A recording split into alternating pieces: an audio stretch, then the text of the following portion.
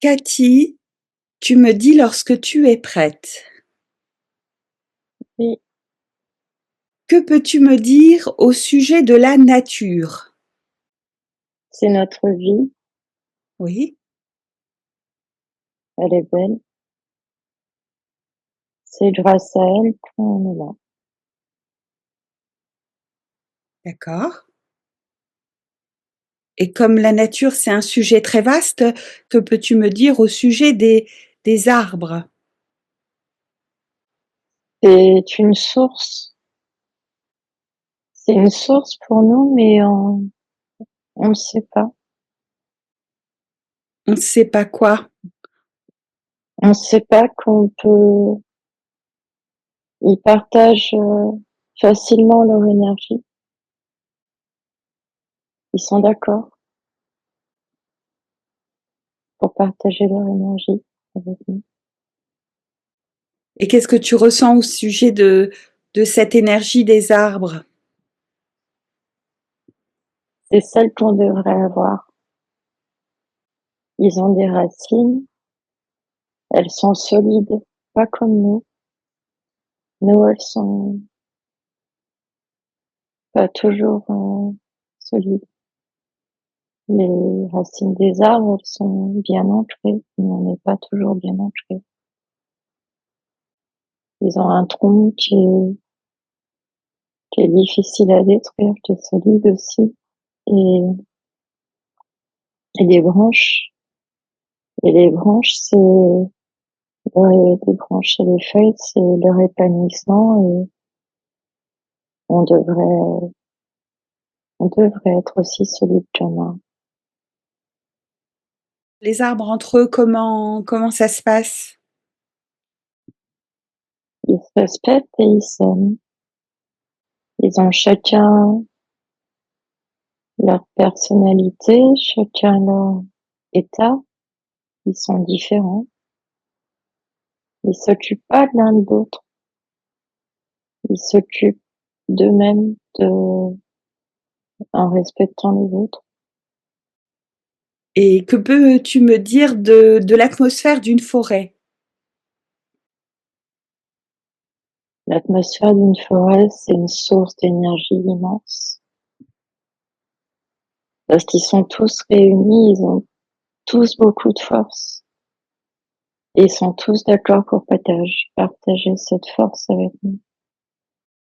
En allant plus loin encore, cette énergie de l'arbre, d'où vient-elle?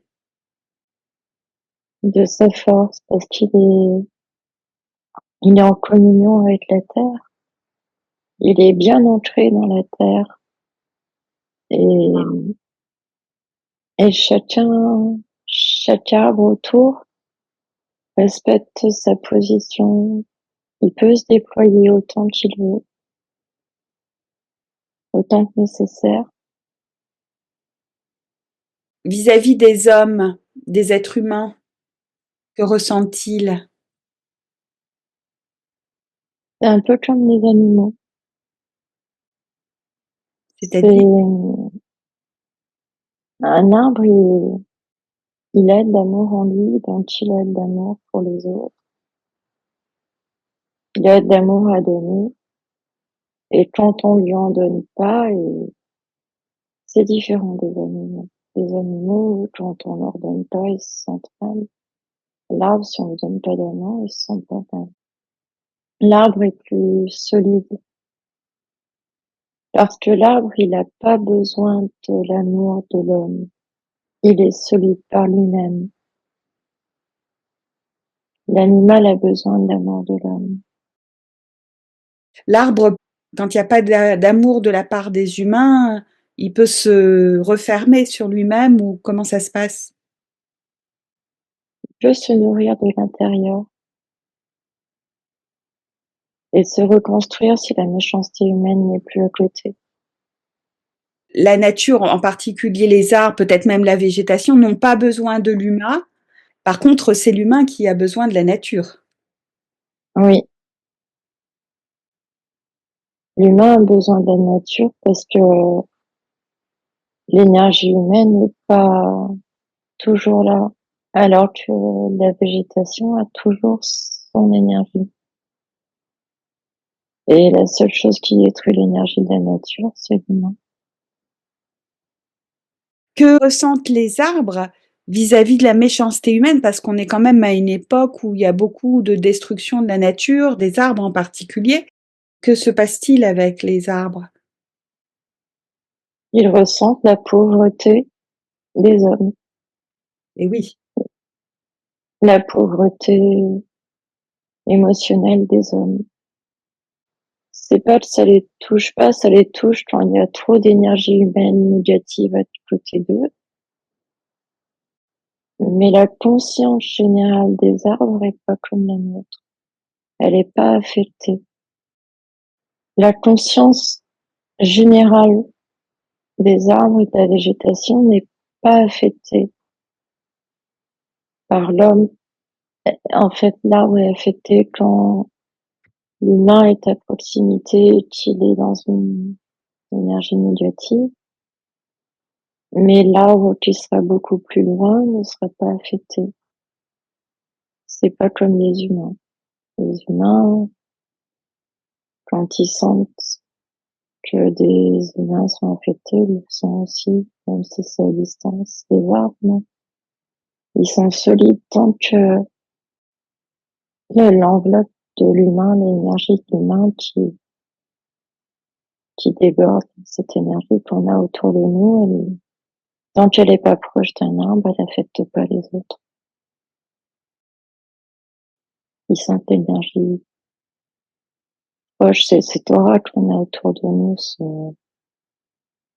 soit la lumière, soit de la noirceur. C'est de la noirceur, là, quand il allume un noir à côté, il va le sentir, mais l'arbre qui sera beaucoup plus loin, il le sentira pas.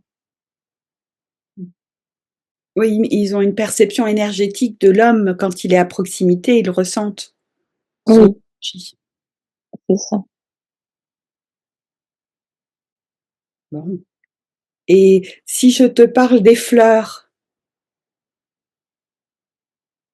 que peux-tu me dire au sujet des fleurs?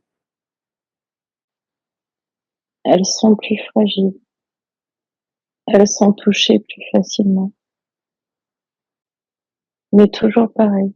Toujours par l'énergie humaine à proximité. S'il y a beaucoup d'énergie humaine négative à proximité, elles vont être touchées. Elles peuvent s'éteindre. L'énergie des fleurs, que font les fleurs sur les humains? Qu'est-ce que ça a comme effet sur l'humain, la présence de fleurs? La joie, la joie. Ça va éveiller leur sensibilité, la joie, oui. La joie, la douceur. Mm. La Si joie, la douceur. si tu vois, par exemple, un bouquet de fleurs dans une ambiance, voilà, dans un lieu où se trouvent une ou plusieurs personnes, est-ce que l'énergie des fleurs aura une influence sur ces humains? Ça dépend des humains. Il y a des humains sur lesquels l'énergie ne peut pas avoir d'influence. Et puis d'autres humains ont le cœur plus ouvert, alors il y aura plus de joie qui va rentrer. C'est selon la sensibilité humaine. Les gens qui seront beaucoup dans le mental, peut-être ne seront pas touchés par la présence des fleurs. Oui, parce qu'ils ferment leur ouverture du cœur. Mmh. Et que ressent la nature en général? Alors je vais parler des plantes, la végétation, les arbres, les fleurs, par rapport à notre époque, à la situation humaine où la nature est beaucoup parasitée par l'humain. Bah, il y a plus de mal qu'avant. Avant, il y a longtemps, longtemps, il y a très longtemps.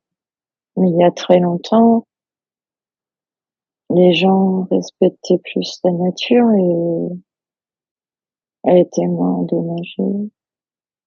Aujourd'hui, il y a beaucoup d'énergie négative et ça les attriste. Ça les fait se refermer, ça les abîme. Ça les abîme. La nature, en parlant des plantes, des fleurs, de la végétation, se sent abîmée par la destruction humaine et ça lui donne envie de se retirer. Il y a trop d'énergie négative, ça les abîme. Ils sont atteints par la négativité humaine. Oui. Alors, autre question, c'est la différence entre une végétation sauvage et une végétation qui sera, entre guillemets, civilisée par l'être humain. Qu'est-ce que tu ressens au niveau énergétique comme différence? C'est comme les animaux, c'est comme nous. Les plantes sauvages, elles sont plus fortes. Elles sont plus fortes parce qu'il n'y a pas d'humain autour. Elles sont plus solides. Les plantes qui sont plantées par les humains, ça dépend des humains autour, mais celles qui sont en contact avec plein d'humains, elles sont plus fragiles, plus abîmées. Le manque de liberté, parce que la plante sauvage, elle pousse où elle veut, elle prend la place qu'elle veut, du coup elle peut se déployer avec sa solidité sans problème. Alors que les plantes plantées par les humains, c'est les humains qui décident dans quelle terre, qui décident à combien de distance des autres, et elles sont pas dans leur élément tout le temps. Et ça les affecte. Bah oui, parce qu'elles ont pas choisi l'endroit où elles étaient, ni comment elles étaient. Donc elles sont plus fragiles. Oui, d'emprisonner les plantes, ça les fragilise, quoi. Elles perdent en énergie, en rayonnement. Oui.